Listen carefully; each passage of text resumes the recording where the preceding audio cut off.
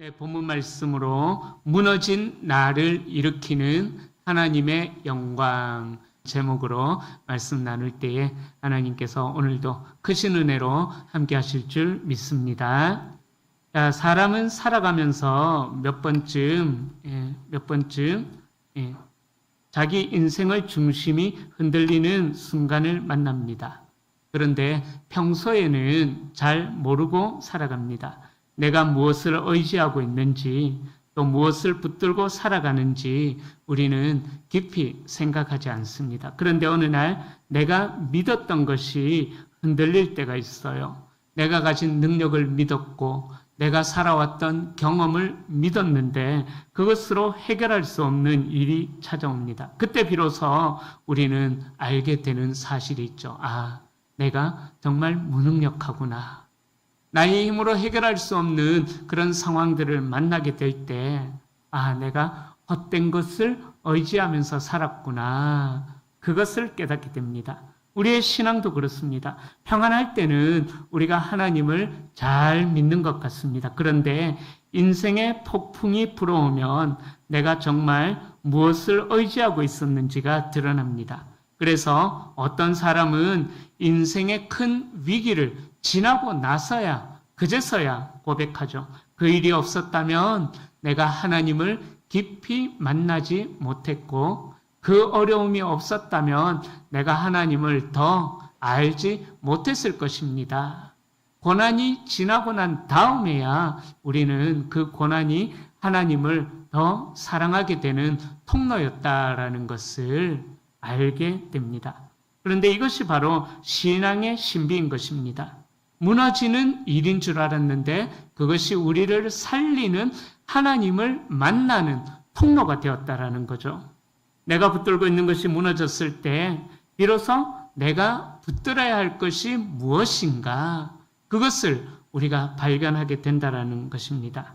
오늘 말씀을 통해서 우리의 모든 의지처가 사라진 그 절망의 자리에서 오히려 하늘 보좌의 영광을 목격하고 또 하나님께서 살리시는 영광을 맛보고 그래서 우리의 부정한 입술이 정결케 되고 마침내 내가 여기 있나이다 나를 보내소서라고 자원하는 사명의 사람으로 하나님께서 보내시는 사명에 붙들린 사람으로 빚어지고 회복되어지는 은혜가 오늘 말씀을 통하여 우리 모든 성도님들에게 주어지기를 주님의 이름으로 간절히 축원합니다.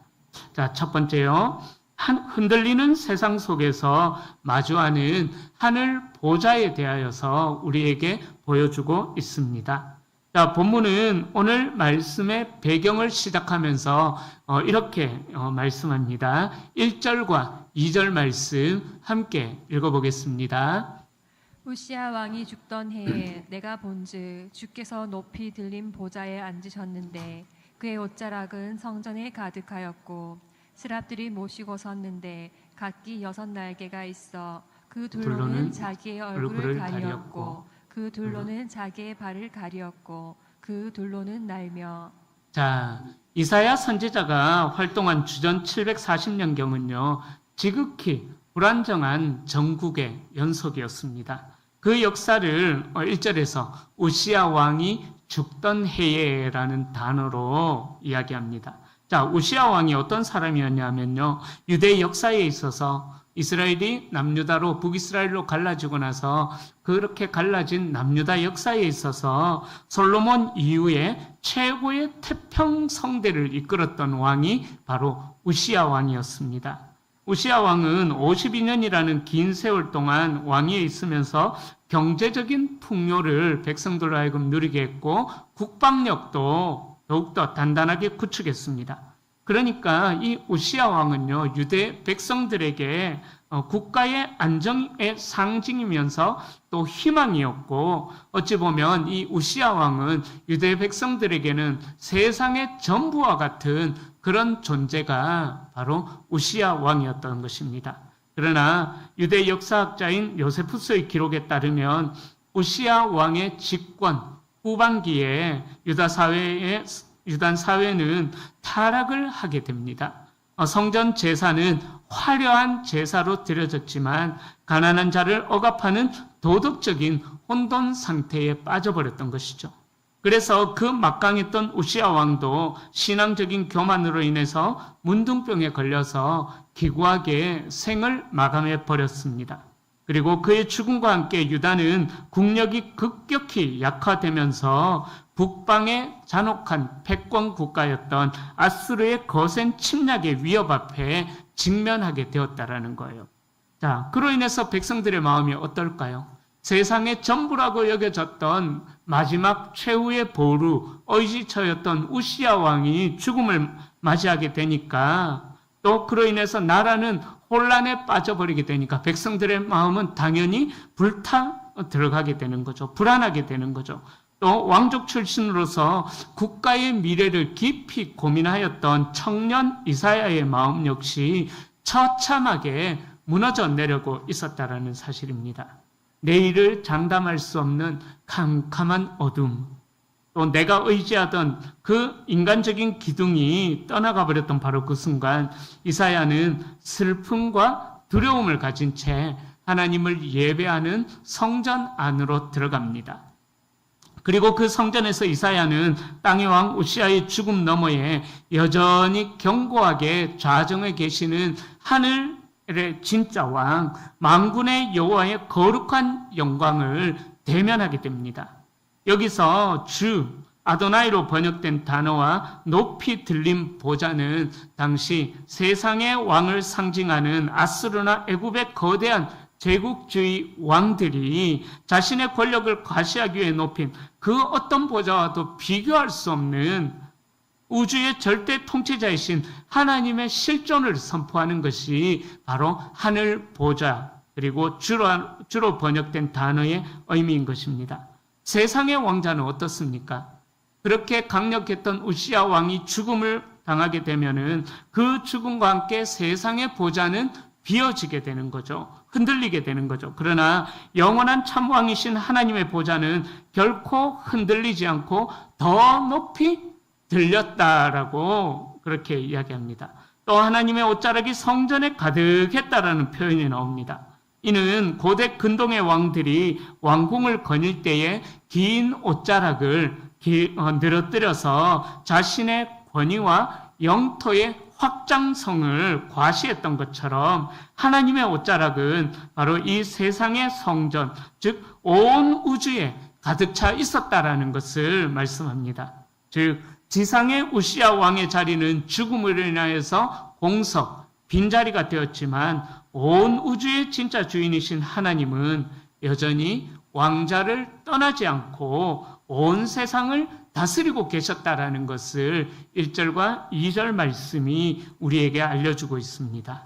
또 더 나아가서 그 보좌 주위에는 하나님의 거룩한 임재를 시중드는 천상의 존재인 스랍, 히브리어로 세라핌들이 서 있었습니다. 자, 이 단어의 원래 뜻은, 이 스랍이라는 단어의 원래 뜻은 타오르는 자, 세라핌이라는 단어의 뜻은 타오르는 자들이라는 뜻입니다. 그러니까 하나님의 거룩한 불꽃 속에서 타오르는 이 영적인 존재들은 6 날개를 가지고 있었는데, 둘로는 하나님의 거룩하신 하나님 앞에서 자신들의 얼굴을 가리고, 또 둘로는 자신들의 발을 가리었고 나머지 둘로 하늘을 날며 찬양했다라고 오늘 본문에서 말씀합니다. 자, 그러니까 하나님을 가장 가까이서 모시는 거룩한 천사들조차도 압도적인 하나님의 거룩함 앞에서는 피조물에 불과하기에 하나님을 똑바로 바라보지 못하고 가려야만 했다라는 거예요.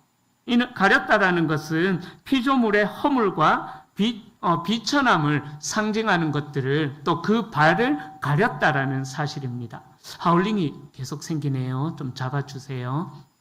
자, 그러니까 이 말씀은 온 세상이 우시야 왕의 죽음으로 인해서 공포에 떨며 허둥지둥대고 있을 때에 하늘 보좌 위에서는 하나님의 절대 주권 앞에 천군 천사 스랍들이 자신의 얼굴과 발을 가리면서 철저하게 엎드려 하나님만을 경배하고 하나님의 뜻에 온전히 복종하는 예배를 드리고 있었다라는 것을 의미합니다.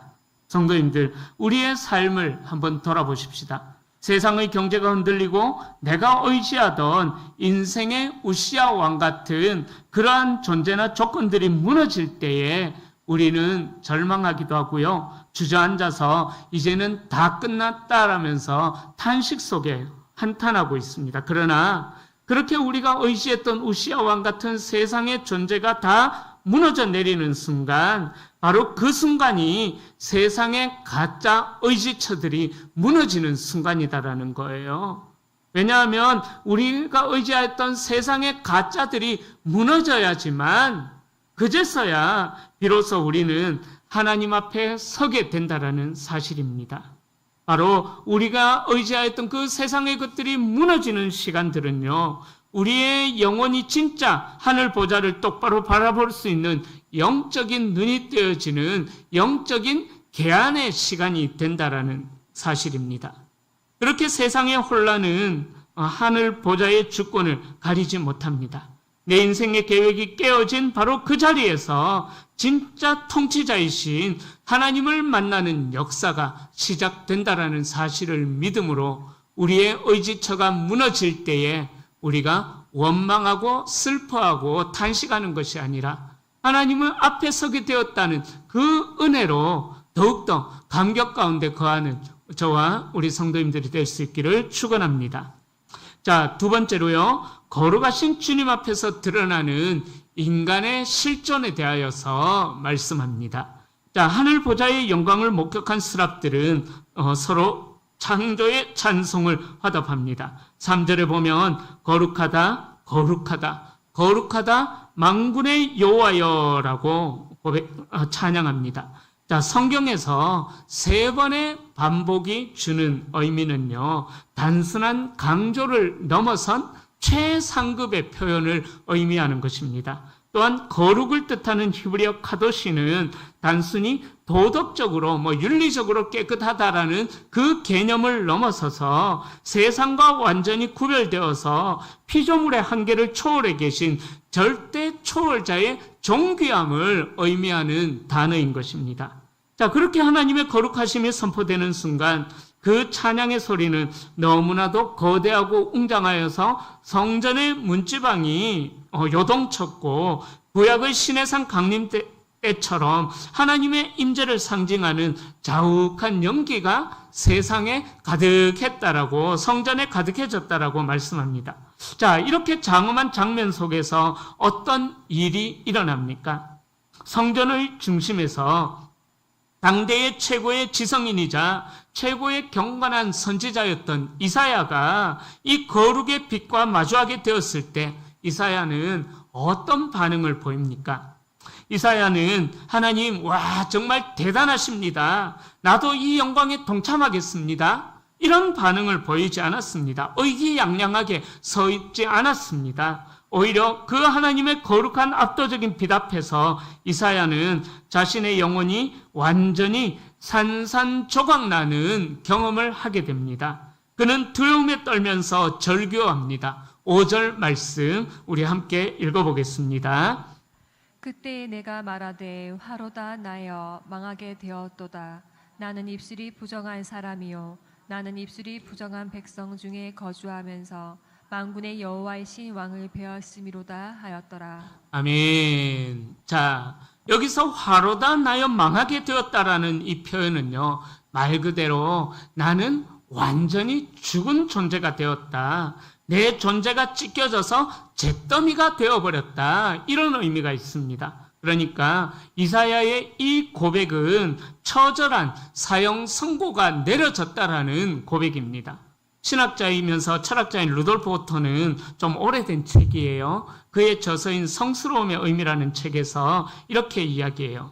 인간이 진정한 거룩과 마주할 때 느끼는 감정을 형언할 수 없는 두려움과 전율인 동시에 그 거룩함에 거부할 수 없이 매료되는 신비다. 이렇게 설명합니다.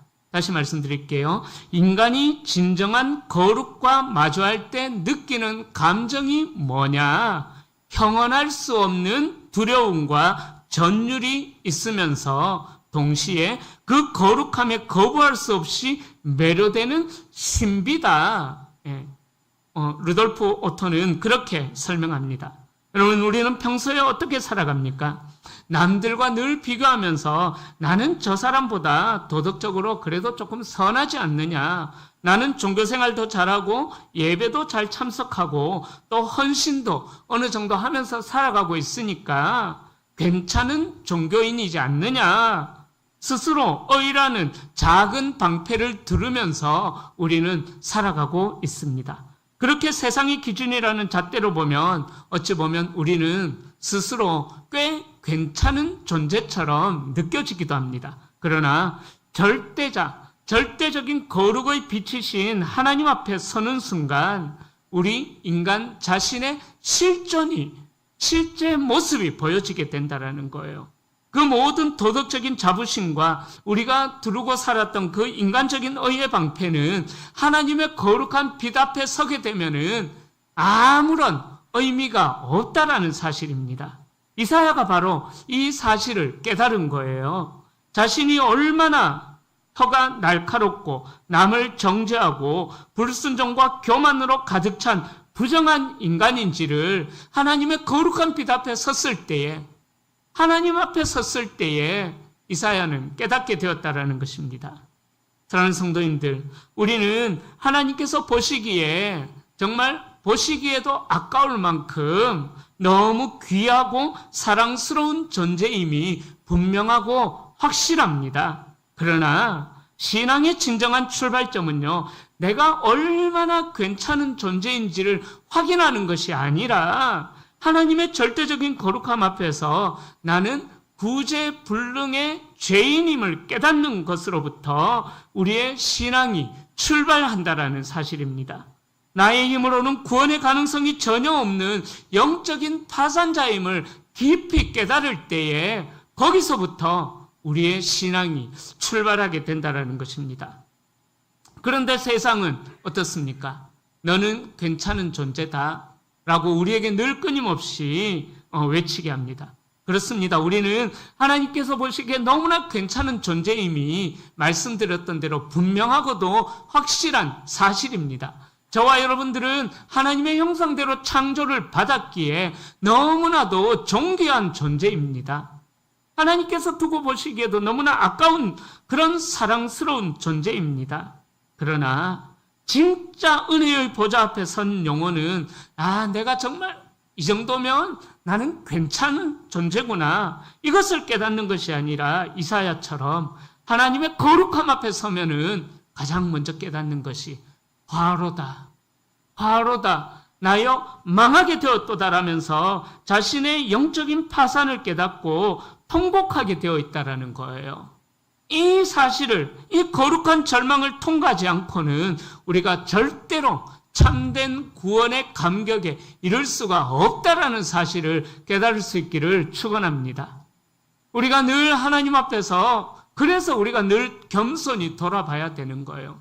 스스로 나는 사탄에 대하여서는 나는 괜찮은 존재야 라고 자존감을 높일 필요성은 있지만, 그러나 하나님 앞에서, 그리고 우리가 늘 대하는 말씀 앞에서는 화로다, 나여 망하게 되었도다, 이것을 깨달아야지만 우리가 하나님 앞에서 늘 겸손하게 살아간다라는 거예요. 그리고 망하게 된 존재임을 알기에 참된 구원의 감격을 누릴 수 있다라는 사실입니다. 하나님께서 예수 그리스도의 피값으로 우리를 구원하셨는데 이 구원의 감격이 때로는 우리에게 정말 보잘것없는 것처럼 여겨지는 이유가 무엇이겠습니까? 바로 내가 망한 존재가 되었다라는 것을 깨닫지 못했기 때문이라는 거예요.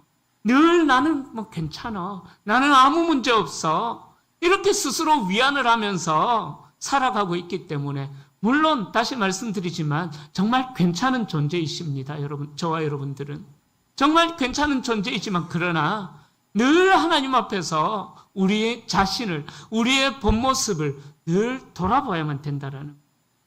다시 말씀드립니다. 그러기에 이 거룩한 절망을 통과하지 못한다면은요, 우리는 하나님께서 베풀어 주신 그 십자가의 감격, 그 예수 그리스도의 보혈의 은혜를 찬양할 수가 없다라는 사실입니다.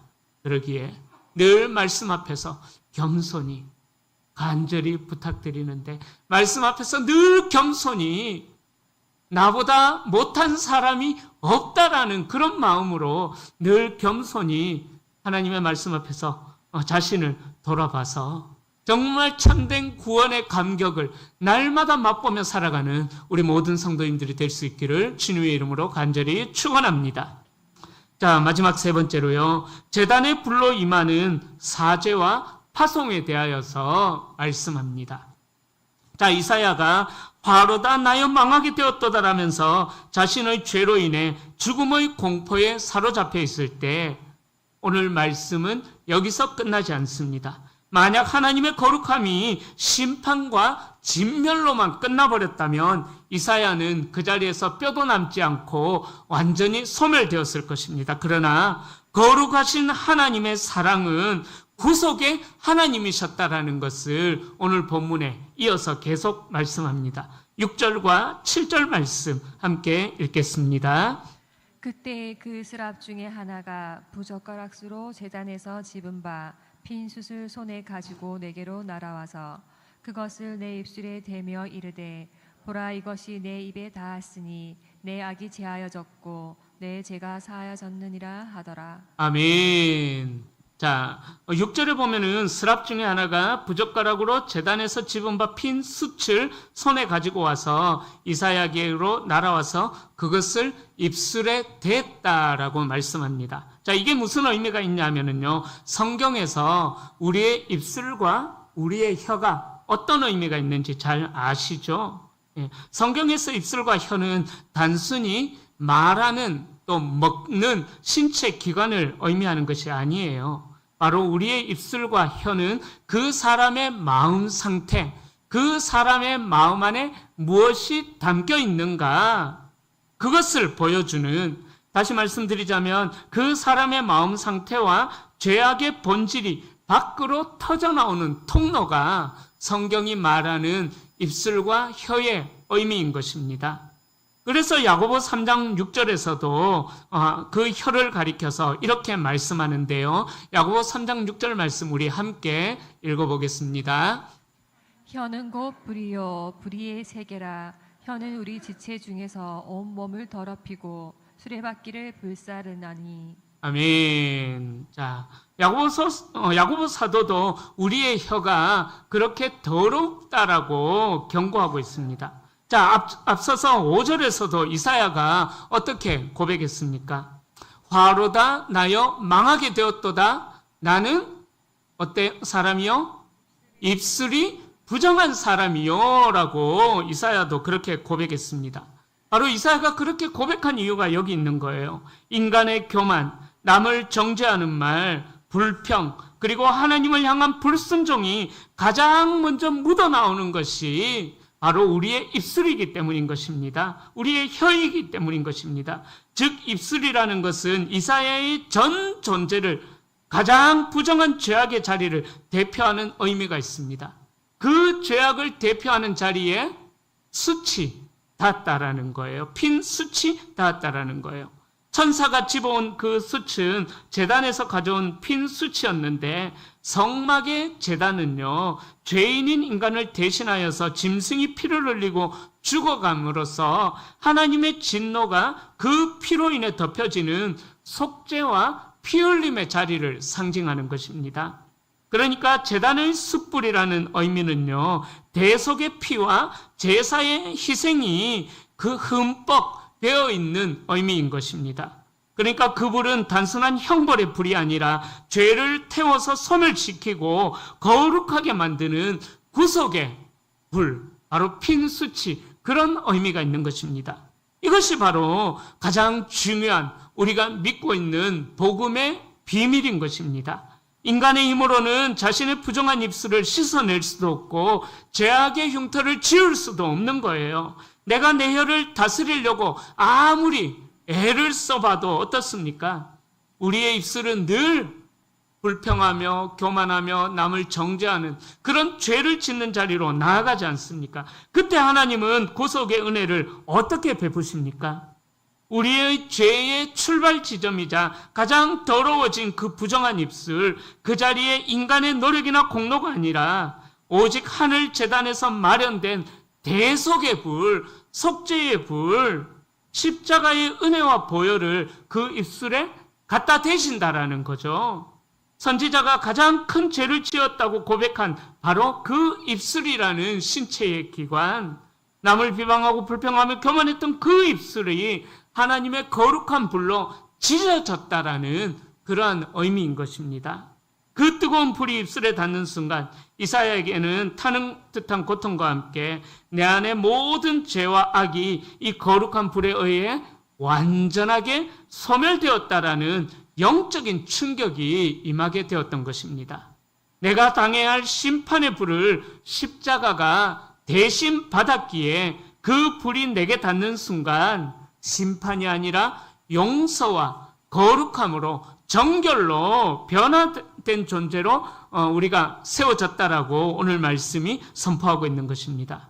성도님들 기억하십시오. 입술은 나의 부패함이 터져나오는 가장 더러운 곳이지만 바로 그 자리에 예수 그리스도의 십자가의 대속의 은혜, 제단의 숯불이 정확하게 임할 때에 우리의 취약한 죄악이 도말되고 또 온전한 사면이 임한다라는 이 복음의 진리를 오늘 이사야서에서 우리에게 말씀해 주고 있습니다. 이것이 바로 신약시대에 우리가 십자가 보혈의 은혜 앞에 나아갈 때 경험하게 되는 놀라운 구원의 원리이고 복음의 핵심이 되는 것입니다. 또한 여기서 우리는 영적인 회복의 비밀을 발견하게 됩니다. 자신의 죄로 인하여서 죽을 줄로만 알았던 이사야의 영혼에 일방적인 용서와 사면의 은혜가 임했습니다. 진정한 회개로 자신의 바닥을 친 자에게 하나님은 반드시 은혜와 용서의 숯불을 내밀어서 그 지친 영혼을 일으켜 주시고 어루만지시면서 회복시켜 주신다라는 사실입니다. 내가 나를 구원할 수 없기에 하나님이 하늘의 제단에서 대속의 불을 가져와서 우리의 상처를 태우시고 깨끗하게 씻어주시는 것입니다. 자, 그렇다면 죄사함의 은혜를 경험하고 영적인 부활을 맛본 이사야에게 그 다음에 어떤 일이 일어납니까? 너무 중요한 말씀인데요. 우리 8절 말씀 함께 읽어보겠습니다. 내가 또 주의 목소리를 들으니 주께서 이르시되 내가 누구를 보내며 누가 우리를 위하여 갈꼬 하시니 그때 내가 이르되 내가 여기 있나이다 나를 보내소서 하였더니. 아멘. 놀라운 고백이 이사야에게서 터져나왔습니다. 자, 1절에서 우시아 왕의 죽음으로 인해 공포에 떨고 웅크려 있었던 이사야가 아닙니다. 5절에서 화로다 나여 망하게 되었도다라면서 절망에 빠진 패배주의자의 모습도 아닙니다. 그는 이제 하늘 보좌의 거룩함을 경험했고 하나님의 영광을 체험했고 또 치유의 숯불로 완전히 새롭게 빚어진 새 사람이 되었던 것입니다. 이전까지는 자신의 죄악이라는 그 상처 때문에 두려움에 사로잡혀서 웅크려 숨어있던 이사야가 이제는 온 우주를 향해 탄식하며 던지시는 하나님의 음성을, 그 애타는 음성을 정면으로 마주하게 됩니다. 내가 누구를 보내며 누가 우리를 위하여 갈고, 이 거룩한 엄숙한 부르심의 소리 앞에서 이사야는 더 이상 주저하거나 과거의 핑계를 대지 않습니다. 자신의 죄를 용서하신 주님의 은혜가 온 몸을 감싸 안았기에 그의 입술에는 두려움 대신 뜨거운 열정과 자원하는 고백이 터져나옵니다. 내가 여기 있나이다. 나를 보내소서. 우리 자막으로 떴는데요. 다시 한 번 더 읽어볼까요? 내가 여기 있나이다 나를 보내소서. 한 번 더요. 내가 여기 있나이다 나를 보내소서. 할렐루야. 제가 목회하면서 30년 넘게 목회하면서 교역자 생활을 하면서 가장 두려워하는, 정말 저를 공포에 떨게 만드는 말이 있습니다. 그 말이 뭐냐 하면은 성도님들과 이야기를 나누면서 어떤 헌신을 요구할 때 그때 저에게 들려지는 성도님의 대답이 저를 가장 무섭게 만들고 가장 공포에 떨게 만듭니다. 이제 어느 정도 신앙생활 좀 하셨으니까 은혜의 자리, 봉사의 자리, 섬김의 자리에 좀 함께 하시죠라고 요청을 드리면 그 성도님이 이렇게 이야기합니다. 목사님, 제가 교회를 옮길 때가 된 것 같습니다. 저보고 교회 떠나라는 말씀이신 거죠? 저는 그 말이 너무 무서웠습니다. 어떤 헌신을 권면하지를 못하겠는 거예요. 혹시나 떠날까봐. 떠나면 어떻게 됩니까? 성도 하나 떠나면 어떻게 될까요? 혼나거든요. 선배 목사님들에게 불려가서 그 성도 왜 놓쳤냐고. 내가 떠나보낸 것도 아니고 봉사하자고 그랬는데 교회 옮겨버린 거 제가 어떡하겠냐고. 그래서 참 헌신하십시다, 봉사하십시다, 수고하십시다 이 말을 잘 못하겠어요. 우리가 부르는 찬양 중에 그 찬양이 있죠. 주님 제가 여기 있사오니 나를 보내소서. 똑같은 발음인데 다르게 불러요. 주님 제가 저기 있사오니 죄를 보내소서. 나는 가기 싫다는 거예요. 나는 헌신하기 싫다는 거예요. 성도님들, 이 모습이 우리의 모습이 아닐까요? 나는 편하게, 고귀하게, 고결하게, 고상하게, 품위 있게 신앙생활을 하고 싶다 보니까는 은혜의 수혜자로만 살아가고 싶은 거예요. 그러다 보니까는 수고와 헌신과 땀을 흘려야 되는 그 자리에 요청했을 때에 주님, 제가 저기 있사오니 죄를 보내십시오. 목사님, 제가 교회를 떠날 때가 된 것 같습니다. 이런 반응을 보인다라는 거죠. 저는 성도님들, 제가 지난 8주 동안 계속해서 치유와 회복의 말씀을 선포했습니다. 여러분, 치유와 회복, 그 본질이 무엇입니까? 바로 이 이사야의 고백, 주님, 죄라고 하면 이제 안 될 것 같아. 주님, 내가 여기, 죄라면 또 제 이야기 할까봐. 주님, 내가 여기 있사오니 나를 보내소서. 하나님께서 치유하시고 하나님께서 회복하시는 그 이유가 무엇입니까? 우리가 하나님 앞에 예배하면서 회복되어지는 그 이유가 무엇입니까? 바로 이사야의 고백이 회복의 궁극적인 완성인 것입니다. 그래서 저는 지난 8주 동안 계속 우리를 회복시키시는 하나님의 은혜에 대하여서 말씀을 드렸습니다. 첫 시간에 우리가 주일 임내송 부르는 찬양부터 시작해서, 그죠? 지난 시간까지 계속해서 절망 가운데 있는 우리를 회복시키시는 하나님, 지난주 말씀 기억하시죠? 38년 된 그 절망 가운데 있는 안전뱅이를 일으키셨던 그 하나님의 회복하심을 말씀을 나눴습니다. 하나님께서 우리를 회복시키시는 이유가 과연 무엇입니까? 그것은요, 은혜의 수혜자로서만 살아가라, 그게 아니에요. 세상 한복판으로 다시 내보내셔서 하나님의 구원과 하나님의 사랑과 하나님의 생명을 전하는 선교사적인 삶을 살아가게 하시기 위하여서 하나님께서 우리를 절망의 자리에서 회복시키신 거예요. 바로다 나여 망하게 되었도다라고 깨닫게 하시는 이유가 무엇입니까? 그리고 그 망하게 된 존재를 회복시키시는 이유가 무엇입니까? 나만을 위한 신앙생활이 아닌 거예요. 하나님의 은혜와 사랑을 세상에 전파하는 파송의 삶을 살아가게 하시기 위하여서 하나님께서 우리를 회복시키셨다라는 것입니다. 우리가 세상의 절망과 무너진 바닥에서 은혜의 보좌 앞으로 나와서 나의 영적인 파산을 고백하고 십자가의 용서와 또 보혈의 숯불로 용서와 치유를 경험했다면은 하나님은 절대로 우리를 그 자리에 가만히 앉아있게 내버려 두지 않으십니다. 하나님은 상처 입고 치유받은 우리를 세상이라는 거친 삶의 현장으로 우리를 당당하게 파송하시는 분이십니다. 그러기에 바라기는 내가 누구를 보내며 누가 우리를 위하여 갈 거라는 하나님의 그 애타는 부르심에 오늘 저와 여러분들이 내가 여기 있나이다 나를 보내소서 응답으로 하나님 앞에 반응할 수 있기를 주님의 이름으로 간절히 축원합니다.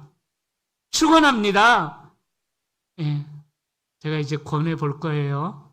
권해 볼 거예요. 나이와 상관없이, 연세와 상관없이 권해 볼 거예요. 어떤 일이 일어날지 저는 기대하겠습니다. 성도님들, 저의 허물과 죄를 용서하시고 살려주셨으니 이제 그 사랑의 증인으로 저는 살아가겠습니다. 제가 여기 있사오니 나를 사용하여 주십시오.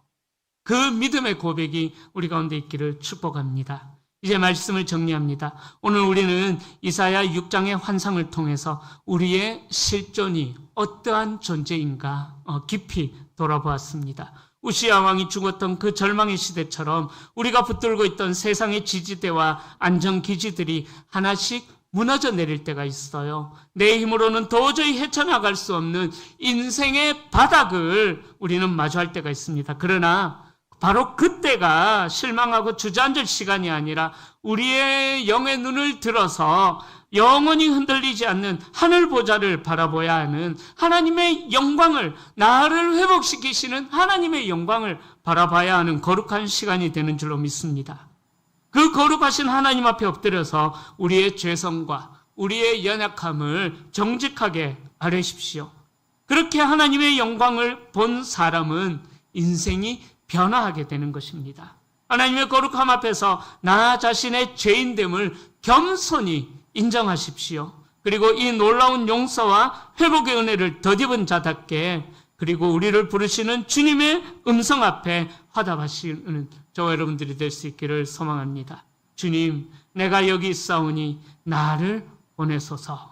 이 거룩한 부르심에 순종하여서 날마다 삶의 현장에서 하나님의 영광을 드러내고 생명의 복음을 전파하는 귀하고 복된 삶이 되시기를 우리 주 예수 그리스도의 이름으로 간절히 축원합니다.